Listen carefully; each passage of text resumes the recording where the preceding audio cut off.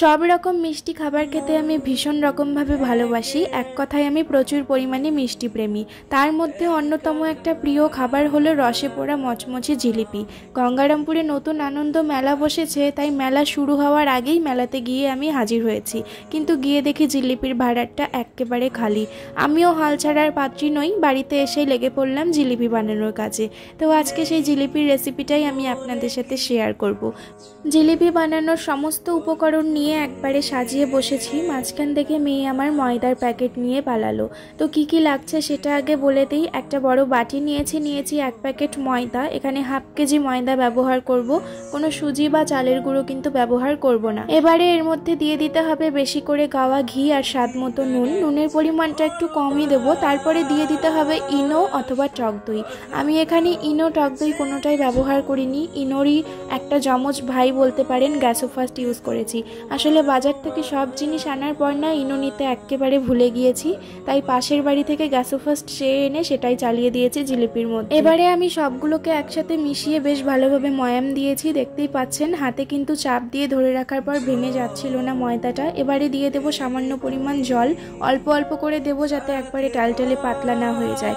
কনসিস্টেন্সিটা কীরকম হবে আপনাদেরকে দেখাচ্ছি, এই যে ঠিক এরকম। আর আমি যেই প্রসেসে গুলিয়ে নিচ্ছি সেই প্রসেসটা কিন্তু অবশ্যই অ্যাপ্লাই করবেন, এতে কিন্তু জিলাপিটা বেশ খাস্তা হয়। আর অন্যদিকে কড়াইতে গরম জল দিয়ে দিয়েছি স্যাফরন। এক্ষেত্রে একটা কথা বলে রাখি, দোকানে কিন্তু মিষ্টি শিরার মধ্যে ফুড কালার ইউজ করা হয়, তবে আমি স্যাফরনের ফ্লেভার ভীষণ রকমভাবে ভালোবাসি আর রঙটাও বেশ ভালো হবে জন্য আমি স্যাফরন দিয়েছি। আপনাদের কাছে না থাকলে কালারলেসও বানাতে পারেন, এটাতে কোনো হেরফের হয় না, তবে ফুড কালারটা না ইউজ করাই বেটার।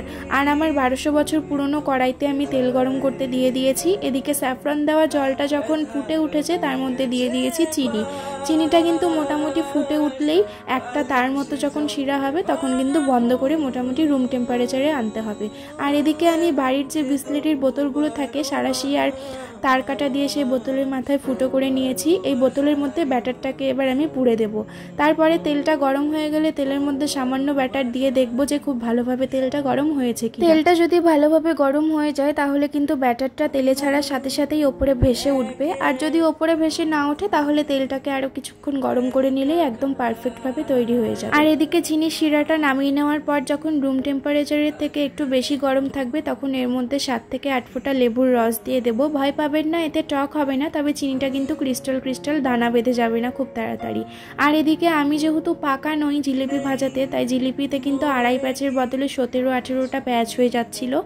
তবে পরে একটু সামলে যখন জিলিপিটা দেওয়ার চেষ্টা করলাম তেলটা খানিকটা কমিয়ে, তখন কিন্তু বেশ ভালোই হচ্ছিল। তো এবারে যেই জিলিপিগুলো প্রথম ভেজে নিয়েছি সেগুলো আমি রসের মধ্যে দিয়ে দিলাম। 5 থেকে 7 মিনিট চুবিয়ে নেওয়ার পর রস থেকে তুলে নিয়েছি। আর এই একই প্রসেসে কিন্তু আমি বারবার জিলিপিগুলো ভেজে রসে দিয়েছি। আমার এই হাফ কেজি ময়দা দিয়ে মোটামুটি 1.25 কেজি মতো জিলিপি হয়েছে। আর জিলিপিগুলো প্রচণ্ড রসালো এবং মচমচে পরের দিন অবধিও ছিল।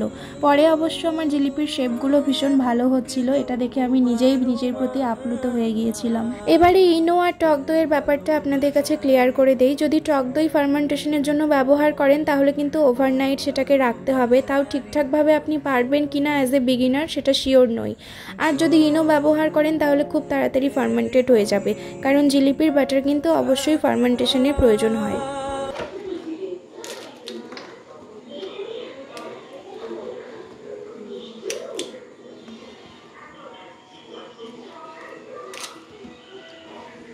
হোপ দ্যাট জিলিপির আওয়াজ শুনে বুঝতে পারছেন কতটা রসালো আর ক্রিস্পি হয়েছে। এইভাবে আমি কিন্তু অনেকটা জিলিপি বানিয়ে নিয়েছি, আপনারাও কিন্তু এইভাবে বাড়িতে ট্রাই করতে পারেন। ভিডিওটা কেমন লাগলো অবশ্যই জানাবেন।